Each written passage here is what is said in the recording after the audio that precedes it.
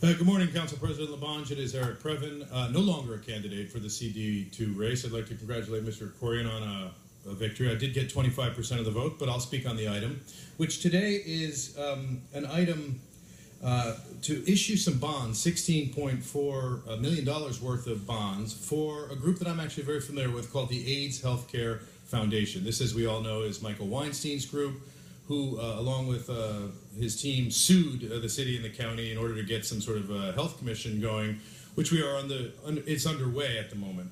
What concerns me about this item is this is a lot of money, bond money, that is going to be earmarked for the restoration, renovation, kind of fixing up of AIDS Healthcare Foundation facilities, which is great.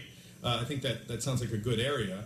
But circling back a couple weeks, this is the very same group that also came up with $100,000 to fund the Brown Act component that Mr. Krikorian couldn't find for months any money to provide to the public. But now we're going to find that money, and we're looking at, is it too conflicty for them to be underwriting that, or are there issues there? And so the question really is, are there issues there? And though I tend to line up with AIDS Healthcare Foundation regularly, certainly Mr. Weinstein and Mr. Yaroslavsky had lots of nice discussions that the public was amused by.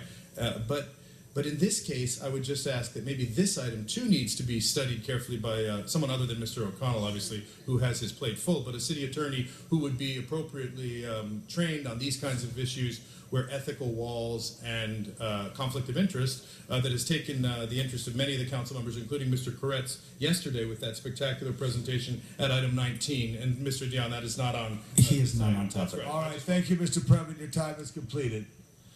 No other cards on this? Let's open the roll, close the roll, tabulate the vote. 14 ayes.